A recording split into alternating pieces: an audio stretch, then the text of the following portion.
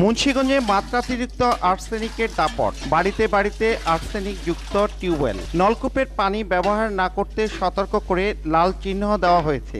রাজধানী থেকে ৩০ কিলোমিটার দক্ষিণে এবং পদ্মা নদীর ৭ কিলোমিটার উত্তরে গঙ্গা অববাহিকার আড়িয়াল বিল সহ মুন্সিগঞ্জ জেলা জুড়ে পানীয় জলের ৮৬% উৎস অগভীর টিউবওয়েল। দূষিত ভূগর্ভস্থ পানি আর্সেনিক এক্সপোজারের উৎস। সেই অগভীর নলকূপের আর্সেনিক ধরা পড়ছে।